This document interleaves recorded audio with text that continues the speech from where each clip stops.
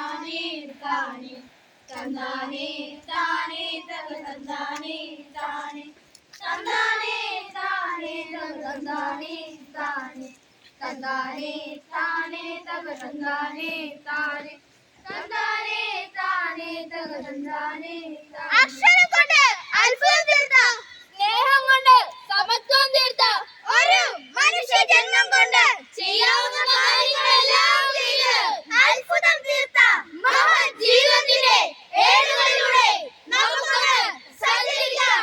അതെ, ഞങ്ങൾ അവതരിപ്പിക്കുന്നു ഒരുമയുടെ ഓൺലൈൻ. നന്മ നിറഞ്ഞ മറിയമേ സ്വസ്തി, കർത്താവ് അങ്ങയുടെ കൂടെ, സ്ത്രീകളിൽ അങ്ങ് അനുഗ്രഹിക്കപ്പെട്ടവരാകുന്നു. അങ്ങയുടെ ഉദരഫലമായ ഈശോ അനുഗ്രഹിക്കപ്പെട്ടവനാകുന്നു. മാതാപിതാക്കളുടെ പ്രഥമവും പ്രധാനവുമായ കടമ മക്കളെ വിശുദ്ധിയിൽ വളർത്തുക എന്നതാണ്. അമ്മയിൽ കണ്ടത പുണ്യങ്ങളൊക്കെ ബാല്യത്തിൽ തന്നെ സ്വന്തമാക്കി, ബാല്യത്തിൽ തന്നെ സ്വന്തമാക്കി. അങ്ങനെ അമ്മയുടെ മാതൃക ഉൾക്കൊണ്ട് വളർന്നു വന്ന കൊച്ചു കുര്യാക്കോസ് സുവിശേഷത്തെ പ്രതി സ്വന്തം ബന്ധങ്ങളെ ത്യജിച്ച് ദൈവവേലയ്ക്കായി ഇറങ്ങി പുറപ്പെട്ടു. ആഹാ, നമ്മുടെ കൊച്ചു കുര്യാക്കോസോ?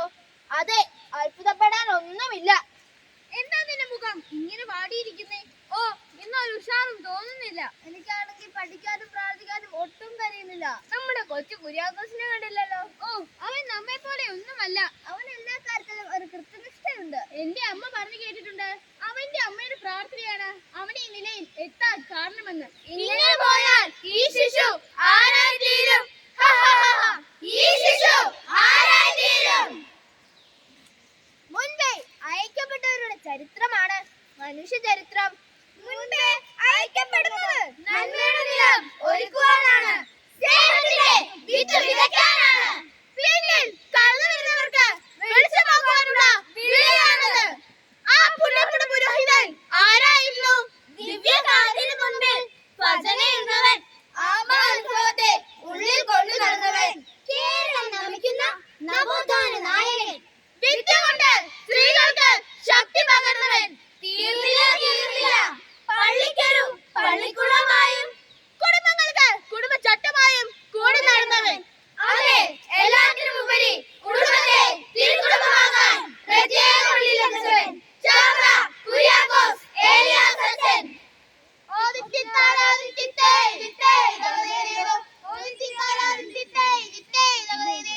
മടുത്തു, രാവിലെ തുടങ്ങിയ പണിയാ.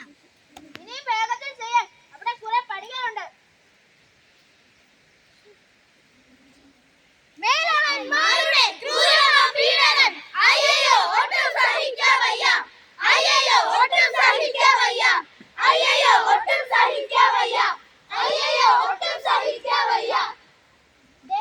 അങ്ങോട്ട് നോക്കിക്കേ. ഓ, അവരുടെ ഒരു ഭാഗ്യം.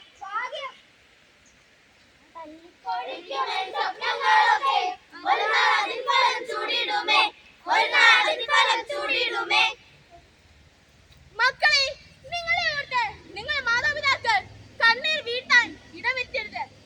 അവരെ വേദനിപ്പിച്ചാൽ ലോകത്തിൽ തന്നെ ശിക്ഷ അനുഭവിക്കേണ്ടി വരും. നിങ്ങളിങ്ങ വന്നേ. വല്ലതും അറിഞ്ഞോ? നമ്മൾ കേട്ടറിഞ്ഞ കാര്യങ്ങളെല്ലാം വളരെ ശരിയാണ്. നമ്മുടെ മക്കളിലൂടെയാണ് അത് സാധിക്കുന്നതെങ്കിൽ അത് അങ്ങനെ തന്നെ ആയിക്കോട്ടെ.